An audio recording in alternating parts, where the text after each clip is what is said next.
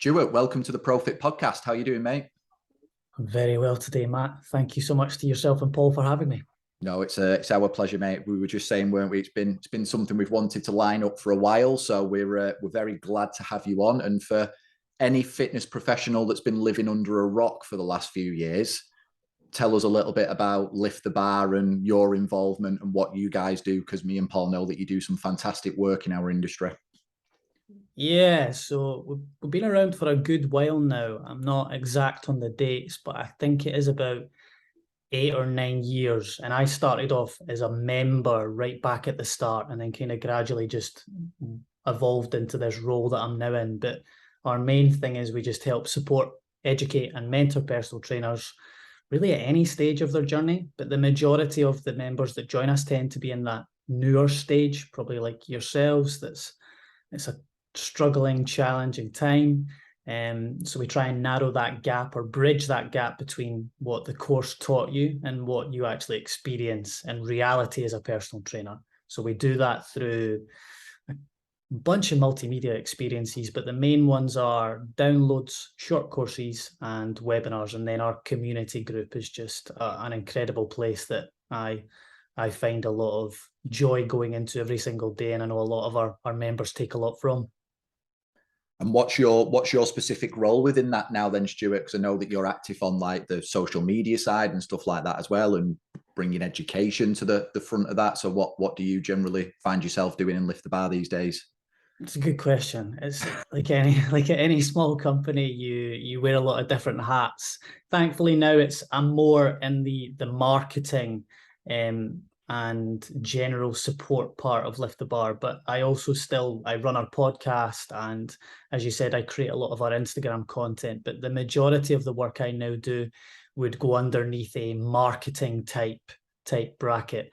But I also still run a lot of our calls. I speak to all of our new members. I do a few things in the Facebook group. It's kind of nice in a lot of ways. I think that's one of the things I always liked about personal training was you get to wear a lot of different hats every day and every week.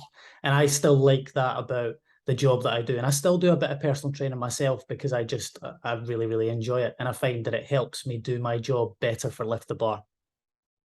Yeah, that's something we're always keen on as well, aren't we, Paul? Like me and Paul, both PT, and can't really ever see myself stop because I still enjoy it as much as I did when I started. I know you're the same, aren't you, Paul?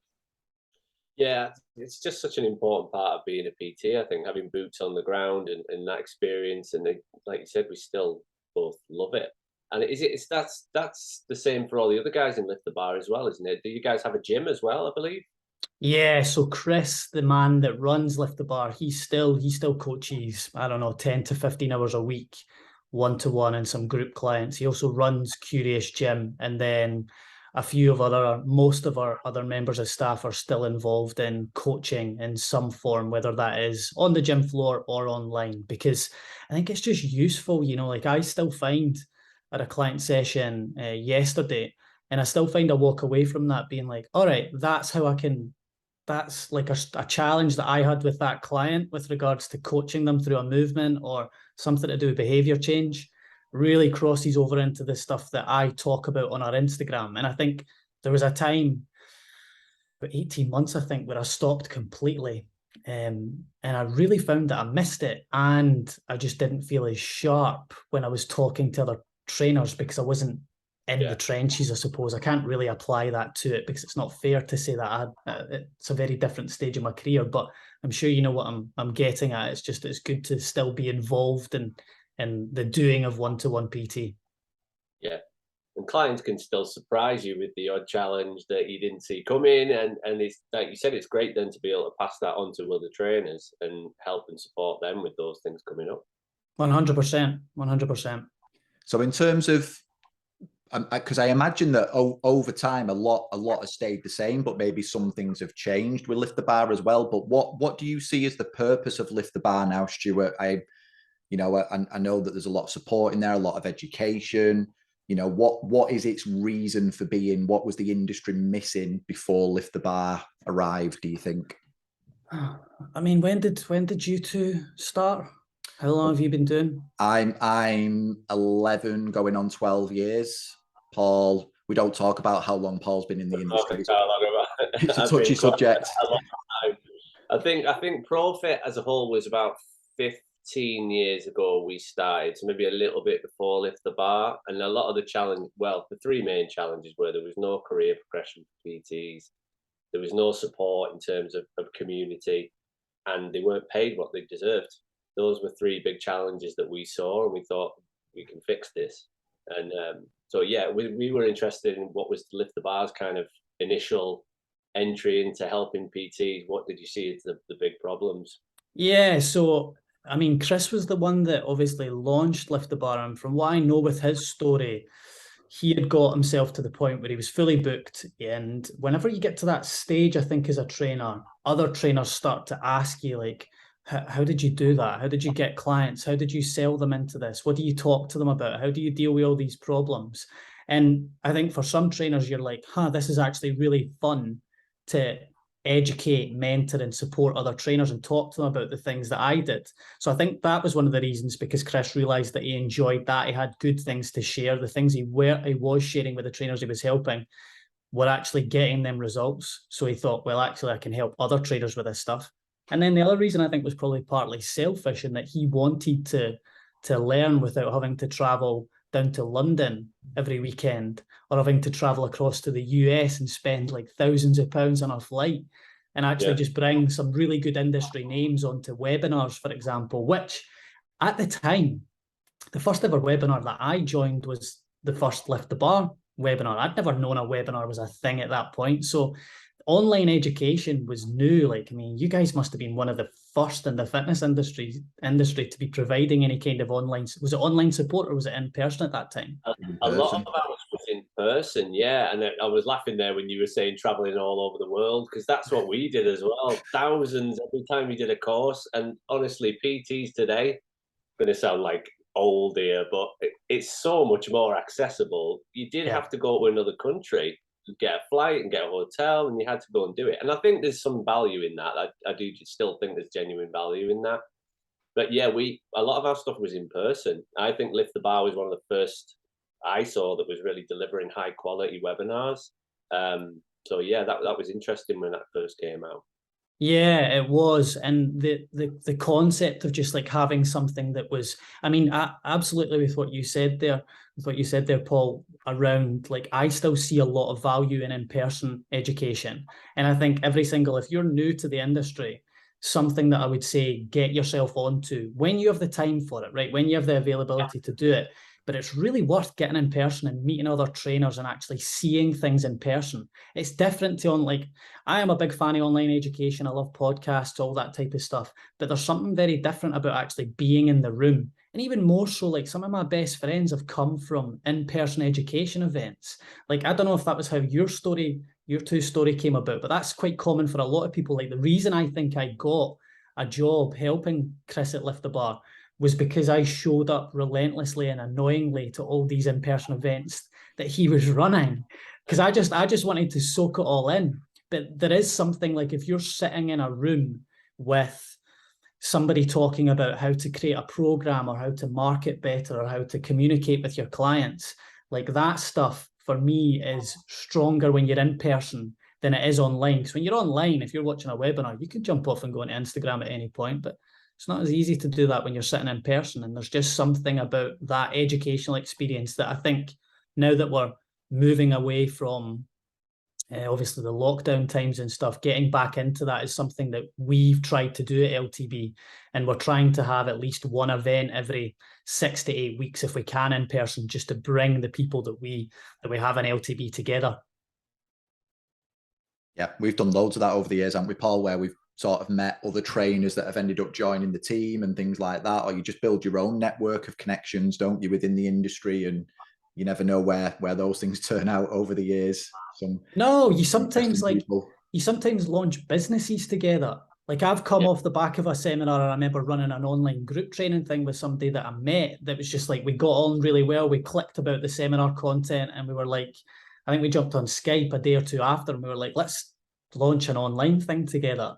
Like, sometimes things like that happen. You meet people that can become, they know more about one thing than you do. They know how to, I don't know, use Canva better than you do. And all of a sudden you can use them for that reason. So there's just like the, I think one of my biggest lessons, and you guys are probably the same, is I used to think my colleagues in the gym that I worked in were competition. I used to think other personal trainers were competition. It's not really like that. Because if you're in the UK, 25,000-ish personal trainers, 60, 70 million people.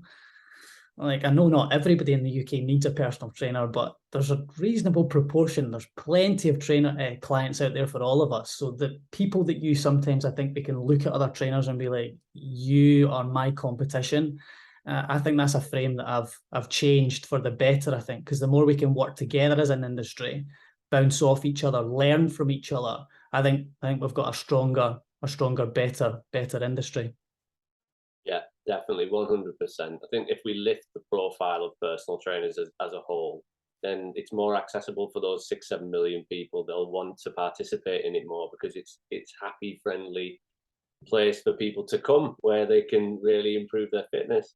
The community side of things, I was interested in that when you said it, because that was a big part of Profit structure. Was about, we wanted it to be like a family, and we wanted it to be like all of our trainers' second family, and a hell of a lot of support. How do you guys create that within Lift the Bar? Because you've got, sounds like some in-person stuff as well, but a lot of it is virtual. Yep. I think that's sometimes harder to do. So what do you guys do to really build that community? I think it started with a really strong foundation, and that's been one of the biggest things for us. Like, it was built upon, I think, at the time, like, I remember this as a member, and the gym that I was in, it didn't really feel like anybody really understood the things that I was experiencing. And I was really driven to learn. Like, I just wanted to stuff things into my brain and understand how to do things better.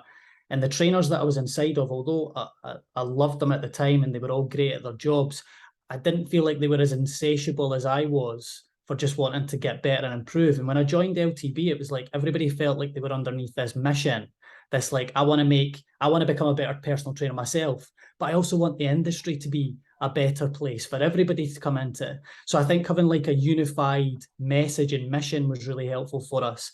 The other thing, which kind of just backs up what I said, was we were doing quite a lot of in-person events. So everybody was brought together, which helps, because it's like when you bring if you've got an in-person group experience, it's easier to build an online community because everybody knows each other.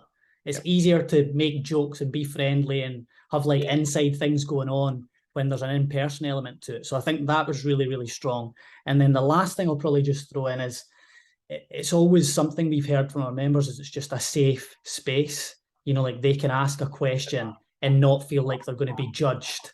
There are personal trainer communities that exist on Facebook. We know what they are without naming them, where if you throw in the wrong type of question, you'll probably get thrown out of the group, or feel like you should leave the group, basically, just because you've asked that kind of question. When we've always tried to make it that there are no wrong questions, and everybody's able and willing and welcome to offer their perspective and their opinion on things. And I think when you foster that kind of thing, that kind of feeling within a group, as well as that strong foundation, I think a good community is something that has just been hugely beneficial for us at LTB, and also for me as a PT. Yeah, that's important, isn't it? Because like we were saying off mic before we hit record, it can be a lonely place, can't it? When you're a PT on your own in a gym, and like you say, maybe the other PTs around you are nice people, but they've just not got that same drive that you have to maybe treat it with that same level of interest or curiosity or whatever that thing is that you're not seeing elsewhere. It's nice to have that place to go, and you can see why it's been as successful as it's been, because there's a lot of PTs out there that want that. They've got that thirst for knowledge, and they just need to know the right place to go and find it, basically. Yeah, and like, I've always, I won't say always, but I think there has been, and I don't really know why, I think I've had good people like Chris make me think like this, that the career of personal training to me has always felt a bit like a craft, and that I do need to like work at it. And I know that my PT course didn't give me enough. So there was a lot of things. And I also very quickly learned, I went through a phase where I went from like 18 sessions a week down to 4 over the course of a Christmas period. Like I think a lot of trainers go through, where there was just like this massive drop off. I had to ask my parents for money. It wasn't a nice experience. And going through that, I think like slapped me in the face that, well, either Stuart, you can leave the industry because you think you've given it a shot here, or you can actually look at yourself and say, probably a good proportion of the reason why these clients haven't stayed with you is just because you're not good enough. Like you're so new to this. And it's why, like, I know I'm jumping around here a lot, guys, so please feel free to just jump in and like keep me on track if you would like. But I think about the first few years in personal training as a bit like an apprenticeship, as an internship. And I think it is important that we see them like that, because if you don't, you can see failure as a sign that you're just not ready for this industry, or you need to leave it. And you don't quite have that same perspective in your head around like, I do need to learn, I need to improve the way I do things, I do need to make my sessions as good as I possibly can. And when I lost all those clients, that was I think the start of that mentality for me, that was like, well, you're never going to know as much as you would like to know, Stuart, but there is a lot of things that you can learn and improve about the way that you do things just now that will help you get better results, keep clients for longer, and probably enjoy this career a bit more too. Yeah. I'd imagine that's something in your educational offerings now as well. Do you do a lot of work on that for people? Because that's like a growth mindset you're describing there. And I think I'd look back to my first couple of years as a PT, I would not say I had a growth mindset at that time in my life. I think I was, probably like a lot of trainers, trying to prove that I was good enough to be there while making a ton of mistakes and sometimes being a bit embarrassed about that. And I think I would have had a nicer time if I'd had a lot more support in those years. Is that something you guys offer education on now? Do you do a lot more on that? Not specifically, I think, Paul, in terms of like, it's not like we've got something that is on just like how you can cultivate that. But I think something that we do well is we try and like meet trainers where they're at with the things that they're probably struggling with right now. So I suppose an example would be a popular resource that we added on recently was an emotional eating webinar with Amelia Thompson. And that's something that I think a lot of trainers can most trainers will be able to say, well, I've had a client come to me at one point and say, I'm really struggling with like my evening week eating or my weekend eating, and I don't really know how to control that or to feel a bit more just generally in control of the way that I am eating at those times. That's something I think that we can meet trainers at with like, this is something you're going through, and we have a resource that will help you do your job better and support your clients better. So I don't really know if that quite answers your question there, because I wouldn't say we have something super specific on that. But I would say the messages that we put out into the world on our Instagram and what I try to do through our podcast, I hope put across that type of mentality that as a trainer, it is important that you have a growth mindset, that you think you can improve, that you know you can gain knowledge.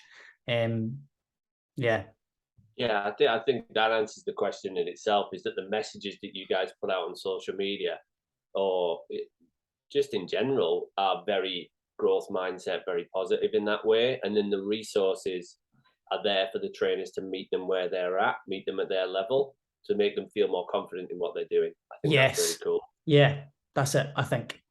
Yeah. And if I'm being honest, like the way probably I learned it back in those days was just by being around people like yourself or Chris was for you, and our mentors Graham and Steve were for us. You get around people who you start to go, that looks like it works, and then you try it out and it does, and you just get more confident with it over time. So that's surrounding yourself with the people, I think. And there's no better feeling than what you've just described there, where like you learn about something. Like I always remember this with motivational interviewing and learning about the writing reflex, where you want to like solve the problem for the client straight away and offer a solution. Yeah. Every trainer does this, where you're just like, you jump in and you're like, this is how you do that, this is how you fix that. And I remember like catching myself, my brain going, say it, Stuart, like solve it for them, like say that thing. And realizing that I do it so often that I wasn't giving the client any opportunity to solve it for themselves, right? And we know that about behavior change as an example, that it tends to be, we get stronger and better results with clients when they come up with the solutions themselves and we support it. So that was like a huge, I remember thinking after that, being like, wow, like I've spent years just filling in all those gaps for clients, when actually there was an opportunity there for me to step back and give them the chance to try and offer the solution. So yeah, like when you learn about those things, or a coaching cue, for example, that you learn about, or a way to do your programming better, or even like copy for a marketing advert or something, like those things, when you see them get results, I think that helps you buy into this thirst for, okay, well, that worked, so therefore I'm going to try and learn more things that will help me get results like that. Yeah, I really like that you said that there, because it's that opportunity to grow and learn something new is such an important part of the process, and it's fun. It's a really enjoyable part, like you said. So most of the trainers that listen to this podcast are probably in their first year or two. It's kind of embracing that in the early days, to go, those mistakes are opportunities to learn as much as you can, and it's really good fun if you throw yourself into it. I think we've spoken as well before, Paul, haven't we, about this idea that if ever you find yourself not really enjoying the industry anymore, or you've just sort of hit a bit of a funk, one of the best things we think you can do is go and learn something, because it's usually just a case that you've just stagnated a little bit. You've got a little bit, we've all had that point in our careers where we're like, I know what I'm doing. I've got this down. I can keep going now, and I'll be fine. And I think we all need that constant leveling up. Otherwise, we're not very good at standing still, are we? We're either growing or dying. Yeah, I love that, mate, because I think that is something I've realized, like when I've had phases where I'm really doubting myself, or I feel a bit like an imposter, or I just feel a bit crap about my place in the industry. Absolutely, like going towards learning and just like trying to make an improvement or two about things, like always makes me feel that bit better. I don't know why that is. I can't quite put my finger on exactly what it is. Maybe it is about the growing. Like I think humans are, like, we like to grow and move forwards, like you've just said there, Matt. Like we like to feel involved in that. So I'm sure there's something to that. But yeah, like that's something I've experienced so many times when I'm feeling pretty crap. If I just go and find a good podcast about something relevant, if I can pick up a nugget or two off of the back of that, I always tend to feel much better. Yeah. And obviously you guys now have reached a point where you've got loads of resources, loads of content, like loads of educational material. But I imagine that despite that, and some of it might be stuff that you have already created, you'll get trainers coming to you all the time with certain things. Like what generally is the type of stuff that trainers are looking for when they turn to lift the bar? Do you notice any sort of specific gaps that still don't seem to be being filled anywhere in the industry? That's a good question. I mean, I think we have kind of created a bit of a niche for ourselves, in that we offer really strong programming resources. Like a lot of trainers sign up to LTB because they are looking for ways to improve and feel more confident, and a lot of the time get reassurance about the way they design programs. I am yet to ever have been sent a program by a trainer and look at it and go, that is absolutely horrendous. It's never happened. I think maybe because the type of trainer who wants to get feedback is the type of trainer who probably creates reasonably good programs in the first place, right? There's more trainers out there who are not willing to send it and don't want to grow and improve, that are creating programs. But I think a lot of the time we do get people sign up for that specifically. And also the other thing, there's two other things I would say that are quite recent. One of them is trainers that want to go online, start it in one form, or even just discover and learn the way that they could approach it. Because I think a lot of trainers are sitting there either coming right into the industry and they've heard about online coaching and thought, that sounds brilliant, I don't have to do the face-to-face thing, I don't have to go into a gym, which I think is a misconception. Or there's trainers that are doing face-to-face just now and they're like, I would like to maybe add that string to my bow so I can bring in a bit more money, I can have a little bit more free time or a little bit less gym floor time. They're just not quite sure how to structure it. So we've tried to add on a few more resources like that. And one of the things that we try and do is we try and give options around what that education looks like. So I know that I love learning from podcasts, and I also like to read books. I don't really love courses that much, and I also don't really love like PDFs, but I'll love to sit down with a book or listen to a podcast. So we try and give people options for, you can maybe listen to it on a podcast. You could take the longer course if you really want to dive into it. You could listen to the webinar if you want something really punchy, or you could take the download, which is just a PDF and like a bit of a checklist almost. So, and then the only other thing I would say is just learning more about how to streamline and systemize their business so it feels more professional. I would say those are three things that we see a lot of trainers come to us for. Yeah, the online one's an interesting one, because I actually saw a post from you the other day that I really, really liked about building an online business. I think it was about PTs who maybe completely drop all their face-to-face and try and launch into online. And I really like that message that you put out to say, listen, why don't you grow one client at a time, and it, you might want to rethink your approach. Is that something you really believe in terms of building an online business? It can be an arm to the business rather than drop the whole thing and go online. Yeah, because I got a job. I don't know if you guys remember Shredded by Science. Yeah, Remember I do. them? Yeah.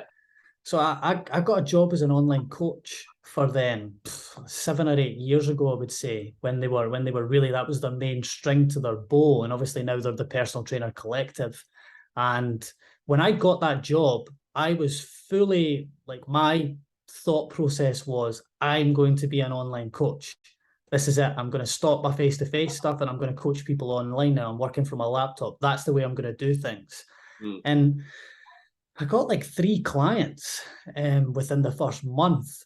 And after those 3, I was like, man, like I do not want to do this full time because this is so different than what I thought it would be. It was impersonal. I enjoyed it and I liked the people I worked with. But the thing I've come to realize that I love about face-to-face stuff is the relationships. Like I still have great relationships with clients that I started working with 8 years ago. I've gone to weddings. I've been one of the first people to be told about like a pregnancy. Like you sometimes get told about like affairs, right? Like those, the relationships that you develop with your clients are incredible. You get to know them really, really well. And that's like something I think if you are a PT and you go, I'm gonna get rid of all this face-to-face thing. I don't want to do that anymore. I'm going to go fully online. I've spoken to a lot of trainers who have made that decision and then a couple of months down the line have been like, actually, I want to get back to doing some face-to-face. I think for a lot of trainers, finding a sweet spot, which in my experience, and I would love to know your guys' perspective on this, tends to look about anywhere from like 10 to 25 in-person sessions a week, and then complement that with like other things. That could be semi-private stuff, that could be some online stuff, that could be mentoring other trainers stuff, that could be writing blogs, whatever it is. We've got quite an open industry like that now, which I think is pretty damn cool that we have career options. Like you said that at the start, Paul, about why you launched Profit, or why you were, I'm not sure if it was if it was just you or if there was other people involved, but part of the reason was there didn't feel like there was like a career path. I think there is a career path now. I think there is much more options for trainers. It's not just you come into the industry, you're a one-to-one PT until you're 50, and then you can't do it anymore because you've been lugging weights around or whatever it is. I think we've got more options now for what type of things we might look to do. Yeah, agreed. And it was a group of us who launched it in the beginning, and it was just, we hit a point where we were full with one-on-one PT and wanted to know what was next and how you built something.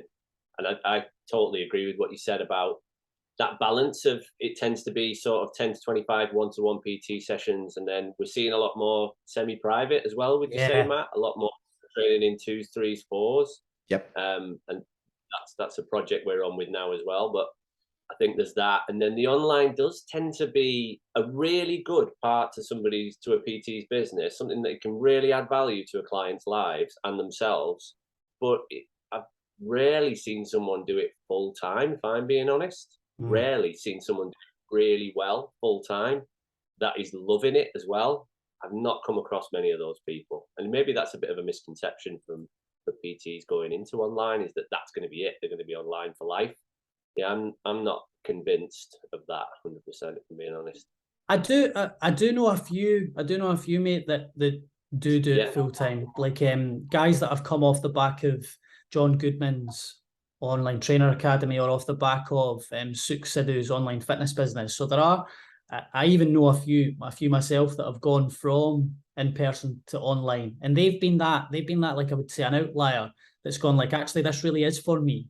And I think that's something else. Like, we have different service options, right? We have, like, let's just say we have one-to-one, we have small group, semi-private, large group, bootcamp styles, online, even hybrid options. You've got all these service options now. And all those different service options, you would probably say there are obviously clients that can shift in between them, but it's different clients for different service options. And I think the same when it comes to personal trainers. There's different service options for different personal trainers. Like, some really do thrive online, I think, and they do well in that environment. Some like the less personal approach to it, and some actually really like maybe having a weekly phone call or a Zoom face-to-face with a client online, and that works well for them. And then you have trainers who are like, not a big fan of online at all, maybe do it a little bit, but I love in person. So I think that's something that's also really positive about our industry now, is there are, if you feel like, or if you've tested it, and I think it's always good to test what the hypothesis you're thinking about your career, right? Like, rather than diving into fully online if you're face-to-face, or diving fully face-to-face if you're online even, like, leave some breadcrumbs behind so that you can find your way back to the point that you were at, in case that's where you were happier. Because I think, like, there are more options now for trainers. I don't think we're as aware of them as we should be. And I hope that's why conversations like this are useful, to say, actually, if you don't feel like your place is in this service option, perhaps you'll find your place in large group or online group personal training is really popular. Like, we're having a webinar later today with Emma Story-Gordon, and that's something that she does really well. Like, she brings on, like, I don't know, I think it's like anywhere between 300 and 700 people into groups and runs them online like that. Like, there's a lot more options for us than there used to be. Yeah. It's all good. It's all really positive. That can be a blessing and a curse at times, because sometimes I think trainers want to they want to do it all, or sort of panic and don't know where to go, and it's almost like just slowing them down a bit, isn't it? And going, look, do the bit you know you really want to do, get good at that, and dip your toe in these other areas. And I've definitely gone down one direction, and then, like you say, Stuart, I've sort of come back and gone off in another direction. And we've all just got to find our own way, haven't we, in the industry? But I think a point you were sort of hitting on there that I completely agree with is that there's a place in the industry for everyone. If you've got that passion for fitness, for health, for helping others, there will be a place for you. You might just have to stick around long enough to find where that place is. And you know, there's so many options now. It is just about trying different things and seeing where you're happy. Yeah, I mean, a popular, on that note, Matt, like, a popular post that I've shared a couple of times that I think can't ever be said enough is that, like, it probably will take you 5 to 10 years to feel like you've found your place. And if it's less time than that, like, amazing, but you're an outlier. Like, it's not many personal trainers you speak to that are in that, like, 0 to 5 year mark that are like, I know what I'm doing here. I know what my business is. I'm competent with everything. That just doesn't happen too often. So it takes longer than you think it's going to take, and you have to be a bit patient with it, and you have to take the up and downs, and you're going to make mistakes. That's just part of the process of trying to build something that you at least like. I'm not going to say love, because I don't know if I don't know if I've ever, like, loved my career. Maybe that's just me saying that, but I certainly like it. I like it more than I dislike it. I get what you mean. I think there's elements of it. I mean, I was going to add there that once you get to that place of 5 to 10 years and you're in that position, it's brilliant. Like, it's really good. I think there's elements that, you know, we all love about our job. There's also bits we don't like as well that you want to kind of do. That's part of the reality. But yeah, getting to that place is a really good spot to be in. So we've kind of talked a lot about things that are improving in the industry, like the community aspects, the accessibility of courses now, and the education tools that you guys put out there as one example. But What else? What else do you think's improved in the industry over the last 8-9 years that you've seen? I mean, I think like technology's definitely been a big help, right? Like I used to have a paper diary to book in all my PT sessions, and somebody would pay for a block of 10, and I would just have like a number out of 10.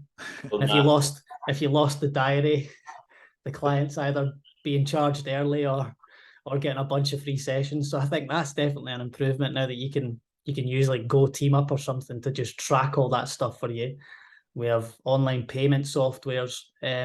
So that's the technology aspect has definitely improved things. I also just to reiterate that I do think or actually something else I'll throw in that we see quite a lot in LTB is there are more independent studios now than there ever has been. Good quality independent studios that offer really slick, semi-private group training options that I think are incredible places for new trainers to go and learn from or get a job in. Now, we get weekly job opportunities at different studios throughout the UK in our Lift the Bar group.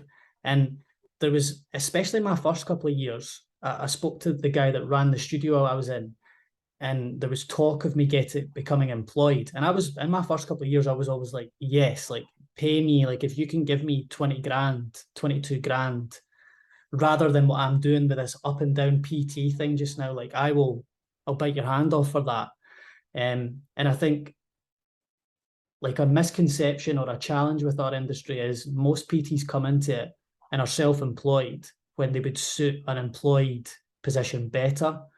And I think now we're in a time, there isn't as many as it would be great to see, but there is more opportunities now at independent studios for you to go in and get essentially an internship, an apprenticeship, and becoming a really good coach and personal trainer.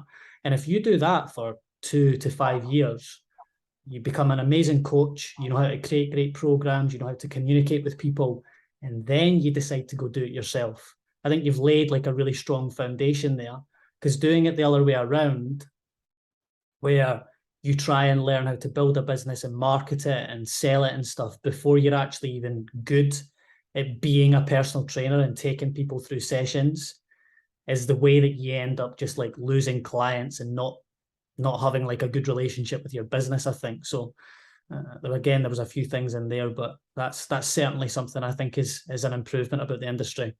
And it's such a good piece of advice for people to go and listen back to that, because that was definitely a challenge we had when we were recruiting personal trainers. You'd sometimes come across somebody who was really had a lot of potential, and we'd sometimes say to them to maybe go and get a job in a gym for a year and just work as a fitness coach or a fitness instructor and get some experience of working in a gym and see if you like it and work around people, and then definitely come back and see us.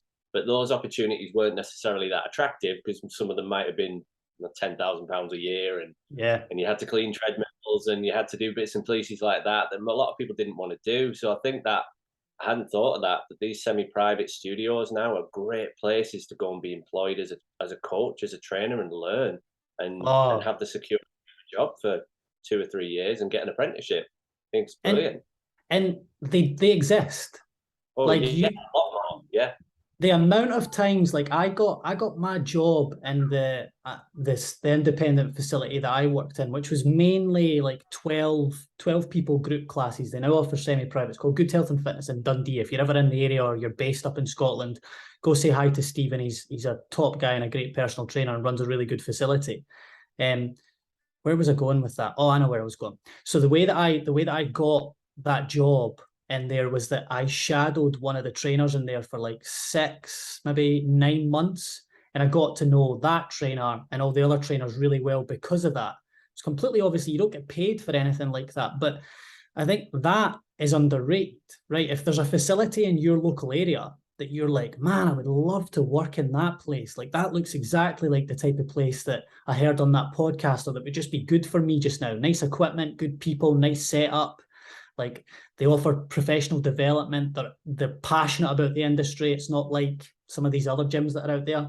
If you can reach out to them and do something that just looks like being helpful, wanting to learn, getting to know people, there's opportunities for careers in positions like that, way more than there used to be, because studios want other coaches coming through.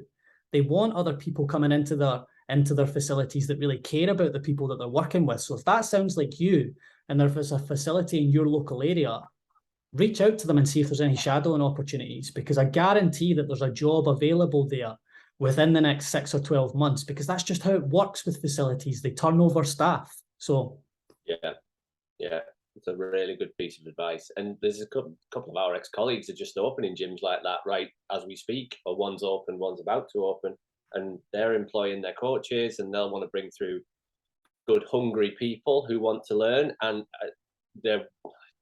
those two guys who were up in those gyms, I mean, there's not many people I'd want to learn from apart from them two. They're really good coaches to be around if you want to learn the industry.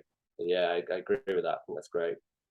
It's a great way to expose yourself to a lot of different client types as well in one go, isn't it? Obviously, with one-to-one PT, it's great in terms of that depth of relationship and stuff like that, but maybe you're not exposing yourself to as many people. Whereas with these newer models now, you know, the groups that are being ran can be anything from, you know, 4 to 12 people or something. And if you're doing a few hours back to back, you can find yourself interacting with 50 people within a few hours.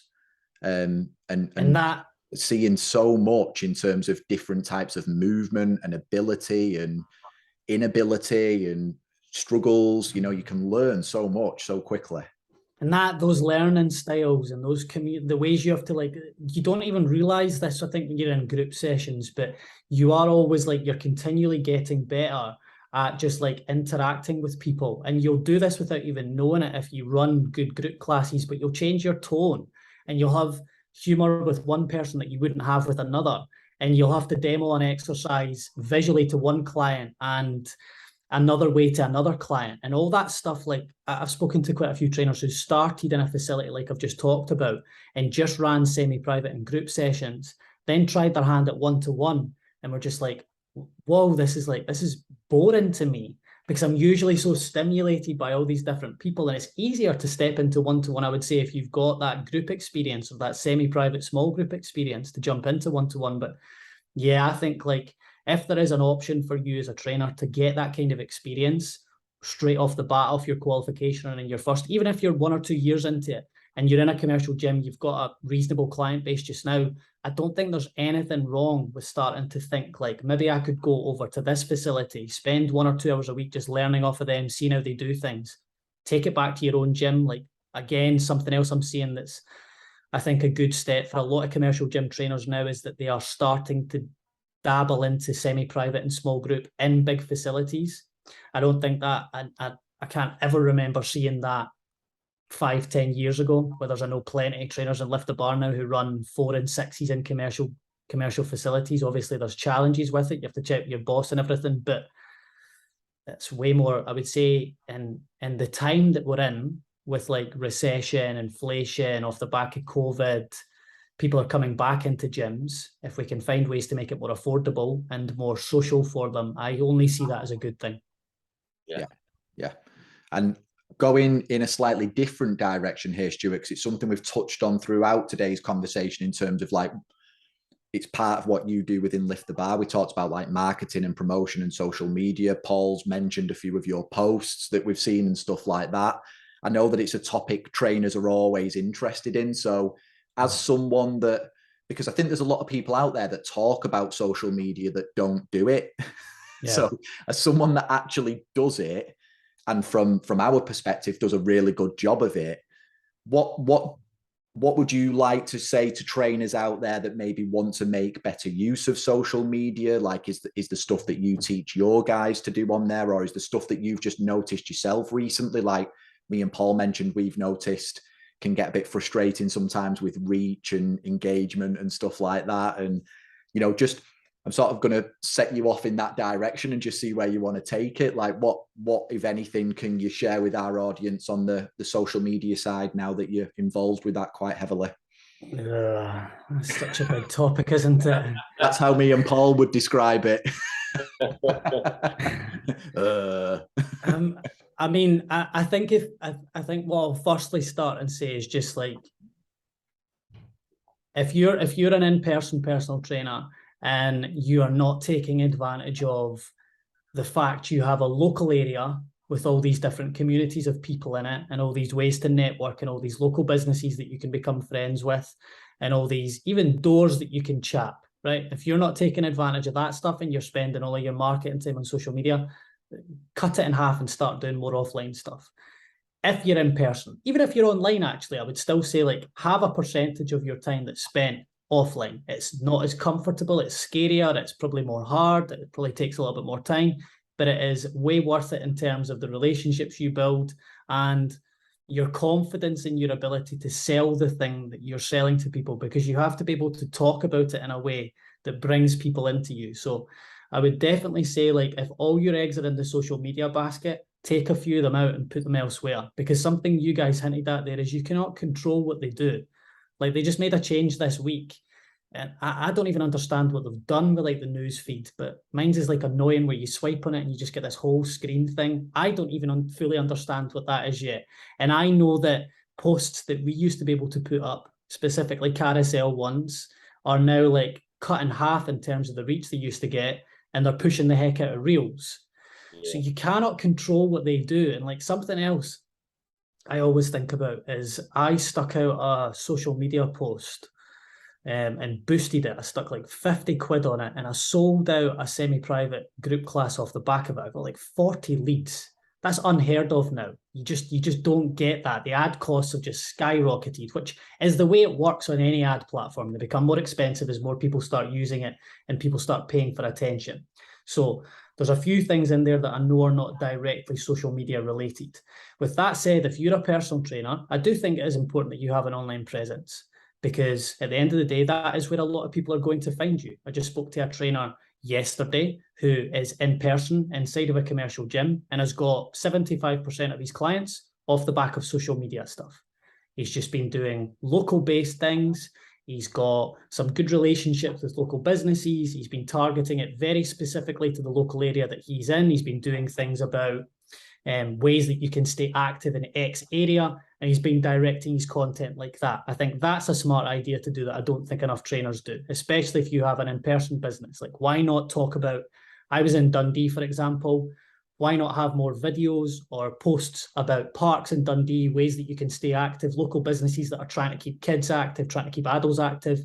That kind of thing, I think, is underrated in terms of like almost mixing the online and the offline stuff together to benefit the two of them, because I think we should think about our marketing as an ecosystem that comes together rather than it being all these devolved parts.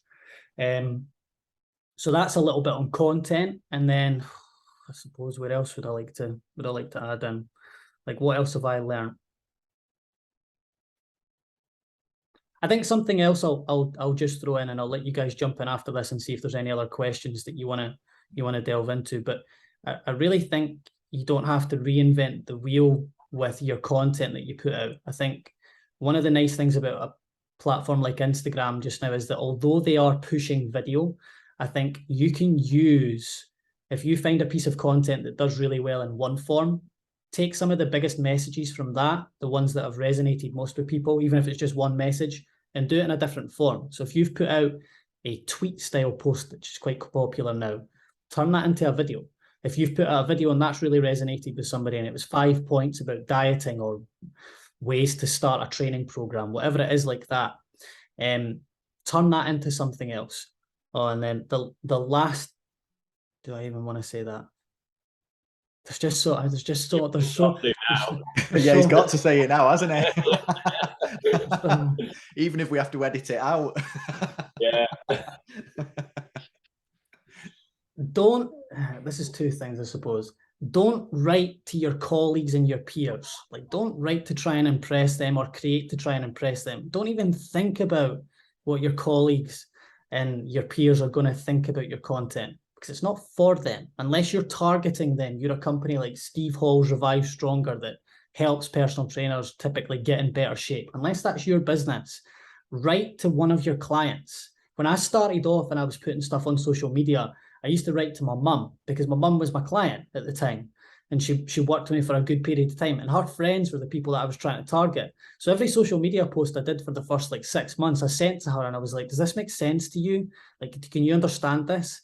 And she'd text me back and be like, what does hypertrophy mean? And I'm like, duh, like, why am I putting that in like a social media post to my mum? Like, if you're using language and you're against using words like toning, for example, which has a bad reputation for personal trainers, but to a person like my mum, who's a very typical personal training client, she currently pays a gym 200 quid a month.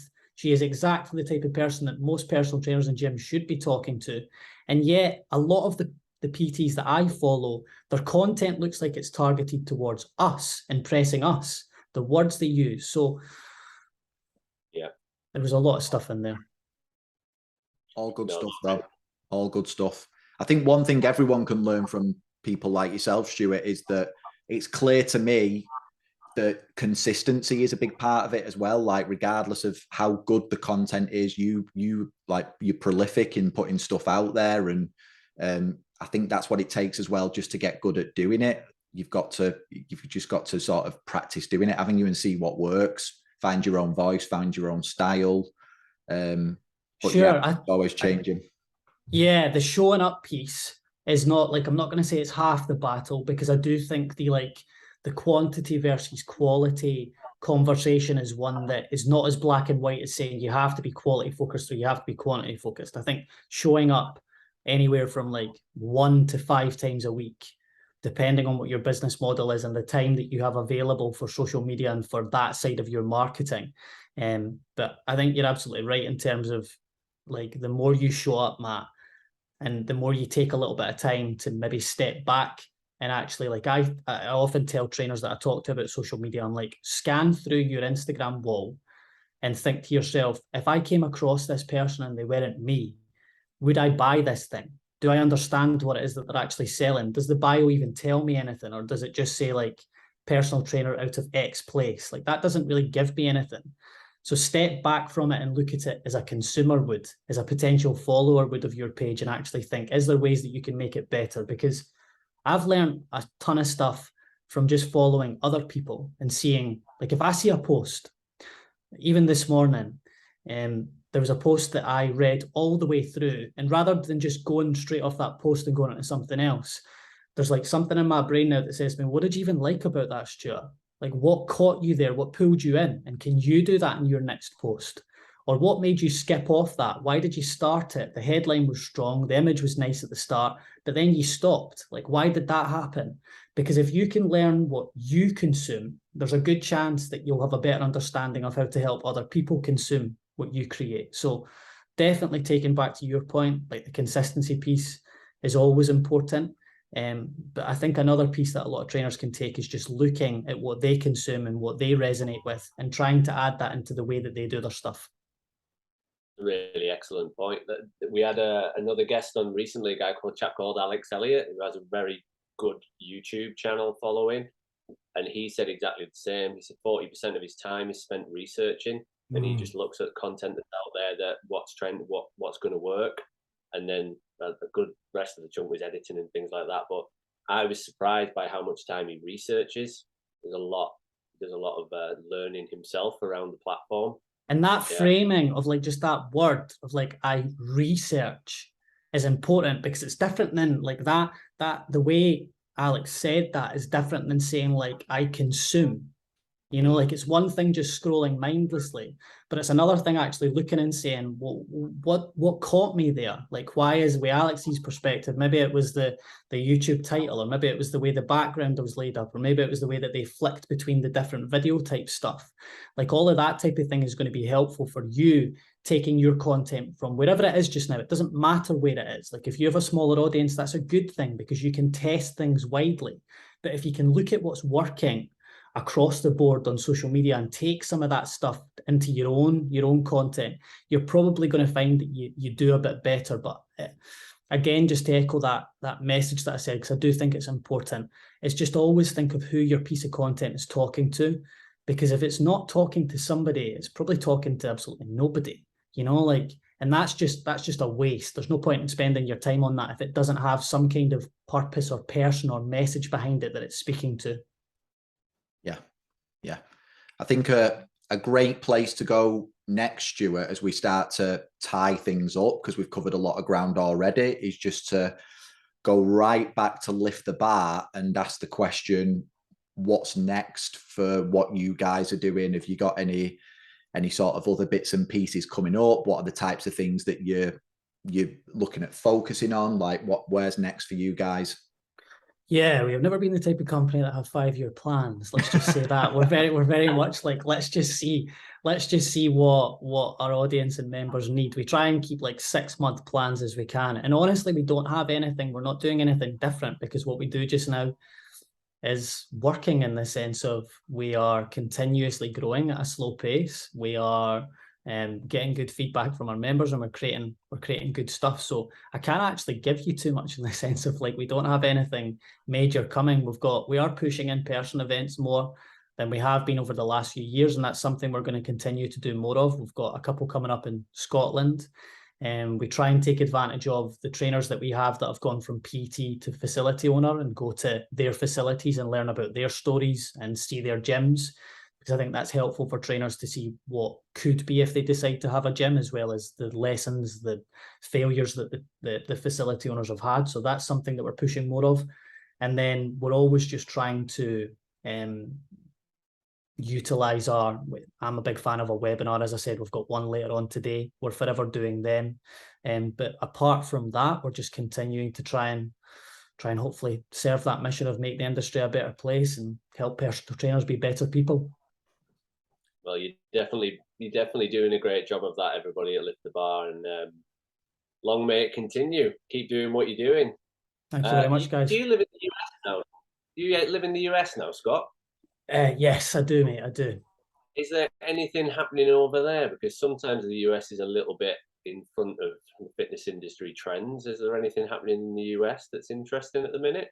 I stayed in New York, and that was a really interesting insight into fitness, because it's just it's a very diverse population, and things you see happen in New York then translate over to often like London, and then make their way up to the rest and around the UK.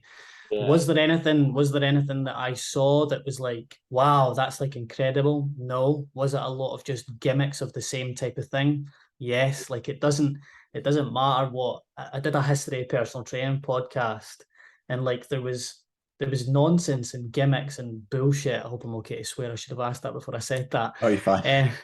Good fine. Stuff. there was all that stuff happening back in like the late 1800s, the early 1900s. You know, like it doesn't matter what decade we're in or even what century. There's still going to be stuff that just like comes back around, and you see that. But like, to answer your question, is there anything that I'm seeing in the US? Like I stay, Paul, in a place called Newburn, which you won't know, because it's like knowing of the place that I grew up in Scotland called Broxburn, which is like a tiny small town, working class. So you won't know that, and there's only like 2 gyms. So I can't really say like I'm on the pulse of what the US is offering. What I will say on that though is I do think the gap's narrowed a bit. Like I think in like the 90s and the early 2000s, even in the 80s, the US was like 5 or 10 years ahead of the UK. Yeah. I don't think that's the case anymore. I think the UK is like on a par, I would say, with the US. I don't think the US is like putting out way better education or running better courses or running better conferences or creating better trainers. I think the UK has some incredible coaches now. I think Europe and Australia, the rest of the world, has incredible coaches now across the board because of what the internet's been able to offer. Like we have people that join from Africa and completely like down in South America and all over the world that come on board now. And I think that like has been one of the biggest positives now, is that you have so much information available to you. Negative too, because you have to be selective, right? There used to be a lack of information. Now there's an information overload. But yeah, to answer your question, unfortunately, I'm not aware of anything that the US is like drastically pushing forwards, unfortunately. I think we're lucky to have a stable internet connection based on how he described where he lives. Exactly, man. Exactly. Stuart, today has been an absolute blast. We want to be mindful of your time and respect that. So we'll pull things to a close there. We've covered a lot of ground in a short space of time, but I just wanted to say thank you very much for taking the time out and joining us, because we were keen to get someone like yourself on that's very aligned with the type of stuff that we share on our podcast and with our audience. So it's been an absolute ball having you on, mate. Absolute pleasure, lads. Thank you so much for your time here. Great questions. Had a really good time. Thank you. Great. Thanks, Stuart.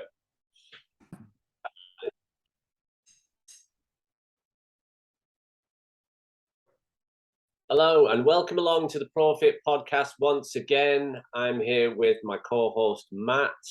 How's things, buddy? Very good, thank you. Looking forward to today's episode and sharing it with everyone. Yeah, this one is a beauty today. We've got yet another special guest, and he's coming all the way from America, but you'll hear the Scottish accent. He isn't American. This is a guy called Stuart Aitken from Lift the Bar, and this was a really interesting conversation about his experience in the industry, what they do at Lift the Bar and how they help trainers. And we wanted to get these guys on because they mirror so much the philosophy and the kind of the ideas we have about helping personal trainers as well, don't they, Matt? They do, yeah. They provide some great education. They fill in gaps that trainers struggle with most. And we have a lot of cross-pollination in terms of, I know a lot of the trainers that we help, Paul, also use Lift the Bar for content and resources as well. So yeah, it just made sense for us to get someone like Stuart on, and it was a great conversation. Yeah, and he's such a nice guy and very relaxed and very honest about some of the advice that he was giving. And we know that, you know, any PTs in the first 2 or 3 years, something that I was listening to intently and I totally agreed with, was his advice for trainers in their first 2 or 3 years. I thought was priceless. So without further ado, sit back, relax, listen to Stuart Aitken from Lift the Bar.